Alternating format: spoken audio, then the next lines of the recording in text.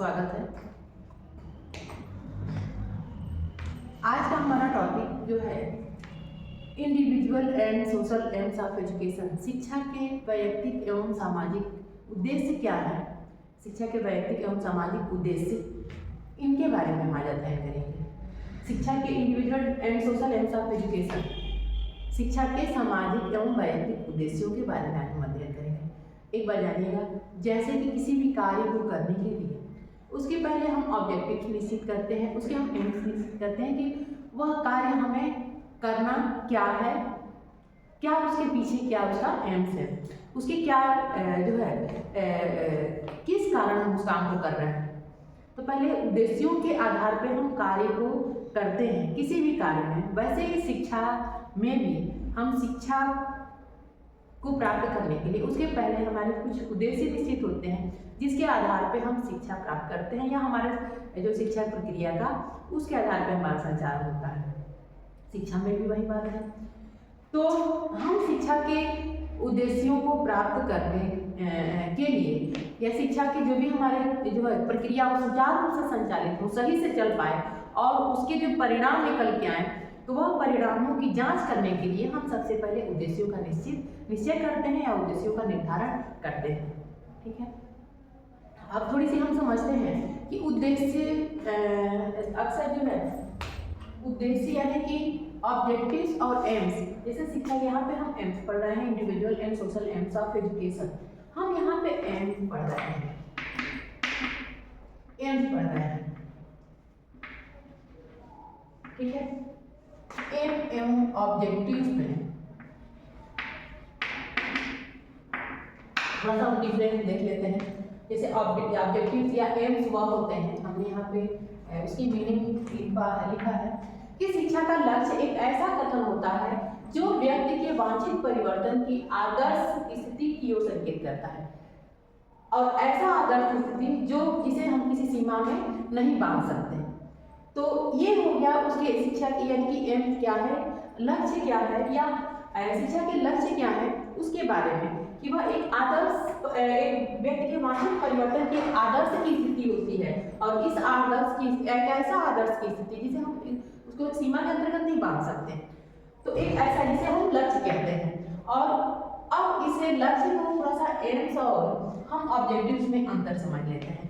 अक्सर बच्चों को थोड़ा सा कंफ्यूजन होता है, हालांकि उसको हम एम को हम वहाँ पे लक्ष्य को उद्देश्य के रूप में हम पर्यायवाची के रूप में लगाते हैं, लेकिन दोनों में थोड़ा सा डिफरेंस है, दोनों में अंतर है। अगर हम शिक्षा में देखें तो दोनों में अंतर होता है, और क्या अंतर होता है इसको समझ लेते हैं। जैसा कि एम्स हमारा क्या है, हमारे लक्ष्य क्या होते हैं, लक्ष्य हमारे वह होते हैं, अब चाहे वो ऑब्जेक्टिव इन दोनों में अंतर हमको दिखाना है, दोनों में अंतर समझना है।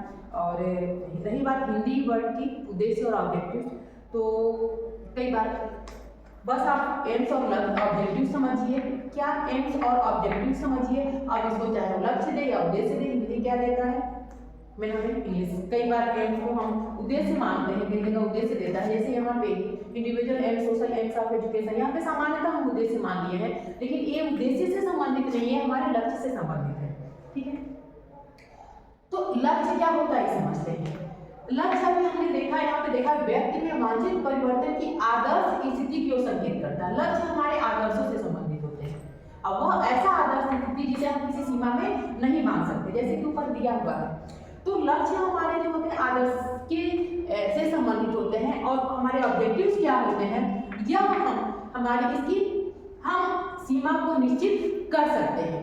यह हमारे जो है सामान्यतः ऐसी सीमा होती है जिसको हम देखते हैं और उस सीमा को प्राप्त करने के लिए हम कार्य भी करते हैं। जैसे हम समझ लेते हैं कि आपका मान लीजिए डीएलएड है या आपके बीएड है, बीटीसी है, जो भी बच्चे हैं, आप प्रत्येक दिन बीटीसी के कोर्स कर रहे हैं, आप एक ट्रेनिंग कोर्स कर रहे हैं, एक प्रशिक्षण जो है शिक्षक प्रशिक्षण कार्यक्रम को पूरा कर रहे हैं। तो प्रतिदिन की आपकी जो कार्य है शिक्षण प्रक्रिया के, प्रतिदिन की जैसे आपने रोज जो क्लास में पढ़ रहे हैं, या एक एक टॉपिक जो आप टॉपिक वाइज पढ़ते जा रहे हैं, वह क्या है आपके ऑब्जेक्टिव्स होते हैं। क्या हो गए ऑब्जेक्टिव, जैसे क्लास में आप पढ़ रहे हैं, एक एक चैप्टर जो आप पढ़ रहे हैं, एक एक पार्ट जो आप पढ़ रहे हैं, वो क्या है आपके ऑब्जेक्टिव्स हैं। ठीक है, जैसे एक एक लेसन हो गया, टॉपिक हो गया, जो भी हम पढ़ रहे हैं, ठीक, ये हमारे ऑब्जेक्टिव्स हो गए। अब हमारे एम्स क्या होंगे, इनको पढ़ के जब आपने डीएलएड या पीजीसी या बीएड जो भी आपने जो प्रशिक्षण प्राप्त किया, उसको जब फाइनली आप प्राप्त कर लेते हैं, एक आपने डिग्री कोर्स, एक शिक्षण प्रशिक्षण कार्यक्रम को पूरा किया, वो पूरा करने जब बीएड या पीजीसी आप क्वालिफाई कर जाएंगे, वो क्या है, हमारे एम्स है। एक तरह से देखा जाए तो हमारे एम क्या है, जैसे साधारण से हम समझ सकते हैं कि हमारे जो लक्ष्य होते हैं, हमारे जो एम है, एक अच्छा शिक्षक बनने का, शिक्षण प्रशिक्षण कार्यक्रम है। तो आप एक शिक्षक बनने के लिए कार्यक्रम प्रशिक्षण ले रहे हैं कार्यक्रम का, तो जो प्रशिक्षण ले रहे हैं एक अच्छा शिक्षक, बेहतर शिक्षक बनने का, एक जो है अच्छा शिक्षक बने, समय जो भी आपके शिक्षण एक अच्छा शिक्षण कार्य कर सके, इसके लिए आप यह कोर्स कर रहे हैं। तो ये क्या हुआ, एक अच्छा शिक्षक बनना, एक टीचर बनना, ठीक है। टीचर जो बनने का कार्य आप करेंगे, क्या है, हमारे लक्ष्य हो गए, हम आपके गोल हो गए या आपके एम्स हो गए। और जो आप प्रत्येक दिन जो पढ़ रहे हैं, जो आपने बीएड प्रशिक्षण कार्यक्रम को एक एक एक्टिविटीज के माध्यम से पूरा कर रहे हैं, तो वे सारे एक्टिविटीज क्या हो जाएंगे, आपके ऑब्जेक्टिव्स हो जाएंगे। इस तरह से एक एक जो हमारे ऑब्जेक्टिव्स क्या होते हैं, हमारे जो ऑब्जेक्टिव्स होते हैं, इनको हम निश्चित करते हैं और इसके साथ इसको पूरा भी करते हैं जो हमें दिखता है, जिसे कि हम सीमा के अंतर्गत मानते हैं। लेकिन हमारे जो लक्ष्य क्या होते हैं, इन्हें हम सीमा के अंतर्गत नहीं मान सकते, क्योंकि आदर्श से संबंधित है। जैसे एक अच्छा व्यक्ति बनना, एक कुशल नागरिक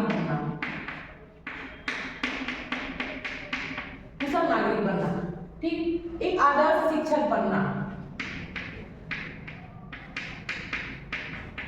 ठीक। तो यहाँ पे आदर्श शिक्षक आप बन रहे हैं, तो आप दिख नहीं रहे आदर्श, आप जो आदर्श शिक्षक बनने के लिए कोई ऐसी गतिविधि नहीं हो रही है। आप एक आदर्श शिक्षक बनने के लिए इन्हीं सारे प्रशिक्षण को ही आपने अगर अच्छे से किया, तब एक आदर्श शिक्षक के रूप में आप स्थापित हो पाएंगे, आदर्श शिक्षक बन पाएंगे। इस तरह से तो ये दिख नहीं रहा है कि आप आदर्श शिक्षक कैसे बन रहे हैं, उसके लिए कोई कार्य नहीं कर रहे हैं। लेकिन आप एक आदर्श शिक्षक बनेंगे, और उस बनने के लिए जो ही आपके ऑब्जेक्टिव्स है कि पूरा कर रहे हैं, कि जो लक्ष्य जो आप पूरा करते जा रहे हैं, एक क्लास में जो भी निश्चित आपके उद्देश्य हैं, उन उद्देश्यों को पूरा करने के लिए जो आप क्या कार्य कर रहे हैं, शिक्षण प्रशिक्षण कार्य कर रहे हैं, या उसमें जो भी आपका चाहे सैद्धांतिक हो चाहे प्रायोगिक हो, जो भी है वो कार्य कर रहे हैं, वो क्या है, उसके आपके ऑब्जेक्टिव्स हैं, जिसको निश्चित करके आप उसको पूरा करते हुए तब अपने लक्ष्य तक पहुंच रहे हैं। ठीक है, ये बात समझ में आ रही है आपको? एक एक बार पढ़ना, या आपको एक एक प्रशिक्षण के एक एक कार्यक्रमों का जो संचालन, एक एक कार्यक्रम को सीखना करना, ये आपके ऑब्जेक्टिव्स है। और एक आदर्श शिक्षक बनना, ये आपके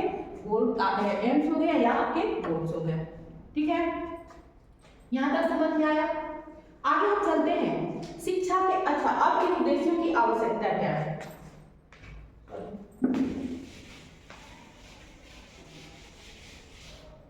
अब थोड़ा सा यहाँ आगे आते हैं कि इन उद्देश्यों की आवश्यकता क्या है। इन उद्देश्यों की, शिक्षा के उद्देश्यों को निश्चित करने के लिए क्या आवश्यकता है, इसको थोड़ा देखते हैं। अब जब तक हम कोई भी कार्य, हमने कहा कि कोई भी कार्य करने से पहले हम उसके उद्देश्य निश्चित करते हैं, उसके हम पहले एम बनाते हैं, हमें करना क्या है पहले फिक्स करेंगे, तब हमें परिणाम समझ में आएगा कि हम क्या चाहते थे और हमने कितना पूरा किया, अपने उद्देश्य को कितना पूरा कर पाए। तो इसके लिए क्या है, सबसे पहले हम किसी कार्य को सुचारू रूप से करने के लिए उद्देश्य निश्चित करते हैं। वैसे ही शिक्षा की जगह में, हम शिक्षा में भी अपने कार्यों को एक तरह से शिक्षा प्रक्रिया को सुचारू रूप से चलाने के लिए, या उसका सुचारू रूप से सही रूप से संचालन हो पाए, इसके लिए हमें उद्देश्यों को निश्चित करना आवश्यक होता है। दूसरी बात, इसमें समय और शक्ति दोनों का सदुपयोग सही होता है कि हमारा जो है एक निश्चित समय में हमारे उद्देश्य पूरा करने हैं, तो वह हम समय और शक्ति दोनों का बचत होता है, दोनों से हम भटकते नहीं हैं, हम अपने जो है एम्स के तरफ ही, अपने लक्ष्य के तरफ ही चलते हैं, उसी की तरफ उद्देश्यों को भी पकड़ के कार्य करते हैं, उन उद्देश्यों को पूरा करने की तरफ मेरा ध्यान होता है, फोकस होता है। इस तरह से हमारे कार्य का सदुपयोग होता है। इससे हमारे उद्देश्यों को पूरा करना है, फिक्स है, इसलिए हम उसमें उत्साहित रहते हैं, उसमें हमेशा हम जो है मोटिवेशनल रहते हैं कि हमें ये प्राप्त करना है, हमेशा कुछ ना कुछ उसका कार्य बेहतर तरीके से करते हैं उत्साह के साथ। यह एक औपचारिक शिक्षा व्यवस्था, हम एक औपचारिक शिक्षण प्रक्रिया के तहत शिक्षा प्रक्रिया पूरा होता है, तो उसमें उस औपचारिक शिक्षा को पूरा करने के लिए हमें पहले से उद्देश्यों को निश्चित करना भी आवश्यक होता है, तभी वह औपचारिक रूप से कक्षाओं में पूरा कर पाएगा ये शिक्षण।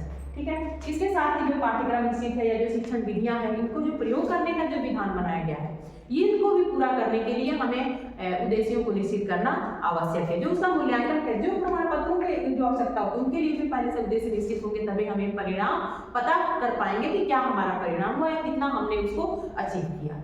इस तरह से ये उद्देश्यों की प्राप्त करने की आवश्यकताएं क्या निश्चित करने की क्या आवश्यकता है, यह हमने आपको समझाया। यहाँ तक समझ में आया। अब आगे हम चलते हैं शिक्षा के वैयक्तिक और सामाजिक उद्देश्यों की तरफ कि शिक्षा के वैयक्तिक और सामाजिक उद्देश्य क्या होते हैं। अभी हमने बताया आपको कि शिक्षा के वैयक्तिक उद्देश्य वह होते हैं जो वैयक्तिक उद्देश्य यानी इंडिविजुअल जो एम्स वह होते हैं जो किसी व्यक्ति को पर्टिकुलर व्यक्ति के उसके व्यक्तित्व को संपूर्ण व्यक्तित्व को विकास कर सके, उनके व्यक्तित्व का विकास कर सके, उनके व्यक्ति को ध्यान में रखते हुए इंडिविजुअल जो है उद्देश्यों का ऑब्जेक्टिव निश्चित किए जाते हैं, इंडिविजुअल निश्चित किए जाते हैं। जैसे अब इसको हम थोड़ा सा बताते हैं।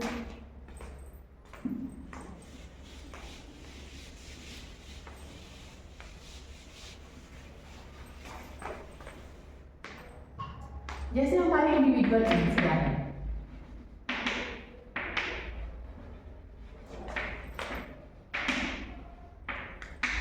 फिर वैयक्तिक उद्देश्य,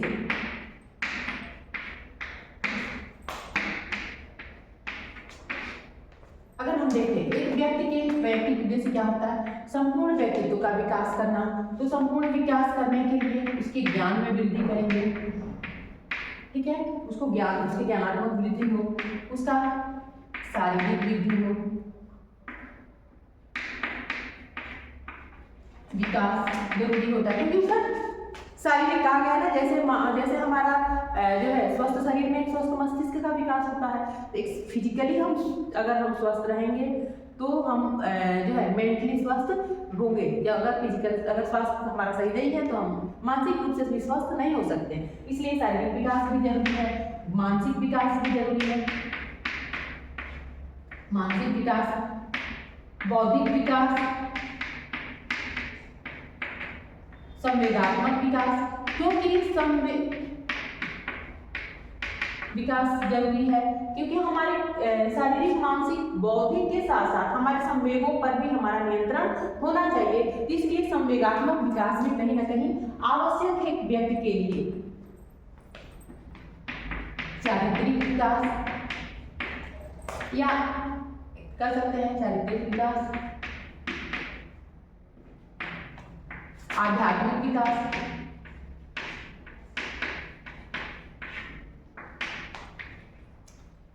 आध्यात्मिक विकास, वैसे ही सामाजिक विकास। सामाजिक विकास भी इसमें आएगा क्योंकि एक व्यक्ति जो होता है वह समाज के लिए जब तक वह उसका व्यक्तित्व तब तक नहीं पूरा होता जब तक वह समाज में अपने आप को सामंजस्य स्थापित न कर सके, क्योंकि व्यक्ति को समाज में ही रहना है। तो वहां पे संपूर्ण व्यक्तित्व का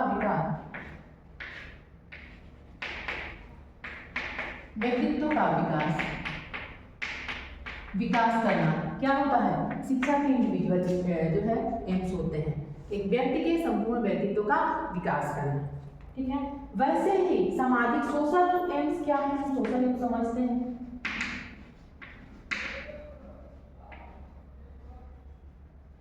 सोशल एम्स क्या है, सामाजिक विकास। सामाजिक विकास नहीं है, यहाँ सोशल एम्स समझिए। अब क्योंकि देखिए व्यक्ति से समाज बनता है और समाज जो है, समाज में व्यक्ति को रहना है, तो इसलिए एक समाज का व्यक्ति का ठीक है इंडिविजुअल उसका डेवलपमेंट होना चाहिए, उसको व्यक्ति विकास होना चाहिए, व्यक्ति विकसित होगा तभी समाज विकसित होगा। एक विकसित व्यक्ति है यानी एक संपूर्ण जो व्यक्तित्व विकसित ही एक व्यक्ति का अगर संपूर्ण व्यक्तित्व का विकास हो रहा है तो वही समाज में सामंजस्य स्थापित कर सकता है। तो सामाजिक कुछ भी, क्योंकि समाज द्वारा ही जो है शिक्षा प्रदान की जाती है, समाज की आवश्यकताओं के अनुरूप ही शिक्षा प्रक्रिया की व्यवस्थाएं की जाती हैं। इसलिए समाज के विकास में भी सामाजिक विकास में क्या होगा, सामाजिक विकास के अंतर्गत क्या आएगा कि एक समाज का सामंजस्यपूर्ण विकास हो, एक समाज के संपूर्ण जो है उसकी जो है सामाजिक समता की भावना का विकास हो, एक समाज में सामाजिक समता के समता की भावना रखता है, यानी कि वह समाज में सभी को एक समान दृष्टि से, सबको समान रूप से समझे, इस बात को ध्यान में रखते उसका समाज में वह प्रत्येक व्यक्ति को एक समान व्यवहार करे, तभी समाज में सामान्यतः विकास हो पाएगा। उसकी भावना का विकास करना, जिससे कि वह समाज को एक संपूर्ण जो है वह समाज को एक समता के साथ देखे, सबको एक समान देखे और सबके साथ सहयोग के साथ पूरे सहायता प्रदान मन सबको सहायता करे, सहयोग करे और उसके साथ वह अपना भी विकास करे। तो समाज के विकास को वह ध्यान में रखते हुए कार्य करे, जिससे कि समाज का जो है वह डेवलप हो सके। देखा जाए तो सामाजिक इसमें उद्देश्यों को व्यापक सामाजिक विकास क्या होता है, यहाँ पे तो व्यापक होते हैं। क्यों? क्योंकि यहाँ पे इंडिविजुअल से व्यक्ति की बात कही जा रही है, एक व्यक्ति की बात, लेकिन जब हम सोशल की बात करते हैं समाज की, यहाँ पे उद्देश्य क्या हो जाते हैं हमारे, व्यापक हो जाते हैं। एक व्यक्ति के विकास की बात नहीं, संपूर्ण समाज के विकास की बात कही जा रही है, तो फिर एक यहाँ पे एक व्यक्ति की विकास नहीं रही है, पूरे समाज के विकास की बात कही जाएगी और पूरे सभी के विकास से संबंधित जो है वह कार्य किए जाएंगे, जिसमें सबका विकास हो, सिर्फ एक व्यक्ति का नहीं हो। साथ ही सामाजिक जो भी है सामाजिक गुणों का विकास,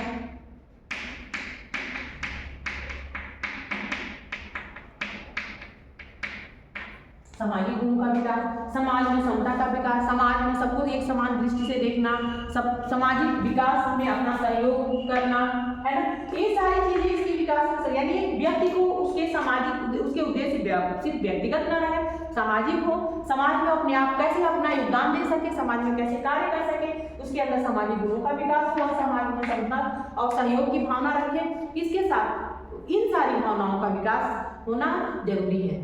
एक बात ध्यान रखिएगा, जैसे कि हमने व्यक्तिगत विकास का व्यक्ति, ये सारे विकास अगर एक संपूर्ण व्यक्ति तो जो है विकसित व्यक्ति है तो कहीं ना कहीं समाज के विकास में अपना सहयोग करेगा, यानी उसका सामाजिक विकास भी तभी संभव होगा जब उसका व्यक्तित्व, उसके संपूर्ण व्यक्तित्व का विकास होगा। तीसरा, दोनों में समन्वय है, दोनों एक दूसरे के साथ जुड़े हुए हैं। जैसे अब कुछ मामलों में इसमें ध्यान दिया जा रहा है, इंडिविजुअल जो है एम्स होते हैं उसमें उसके व्यक्तिगत चीजों पे ज्यादा ध्यान दिया जाता है, ज्यादा फोकस किया जा रहा है, जबकि सामाजिक जो विकास में सोशल डेवलपमेंट में उसके पूरे समाज के विकास की बात कही जा रही है।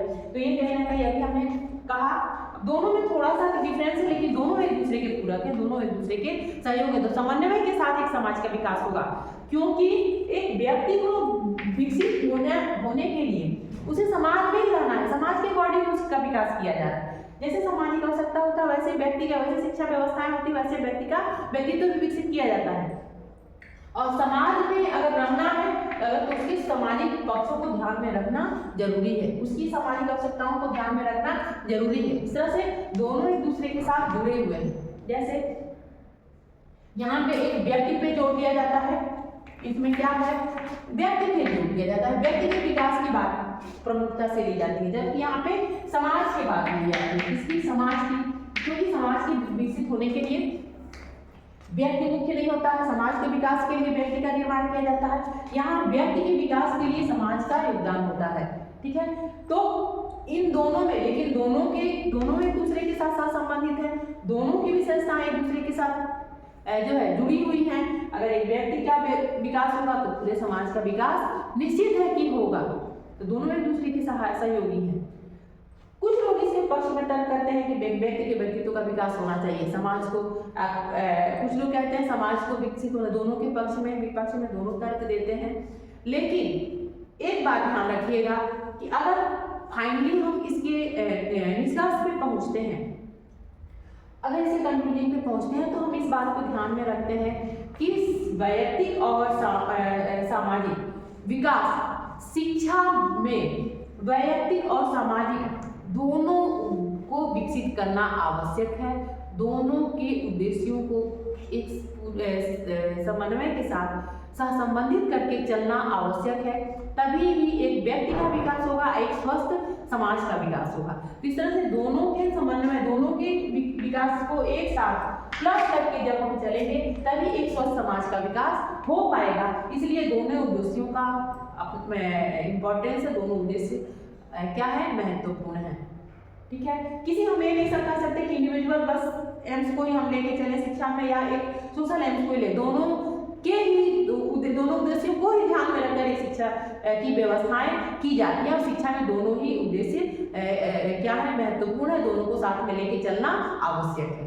ठीक है, यहाँ तक समझ में आया आपको? इस तरह से आज का ये हमारा टॉपिक जो है बेनिफिट एंड सामाजिक उद्देश्य कंप्लीट होता है। Thank you everyone.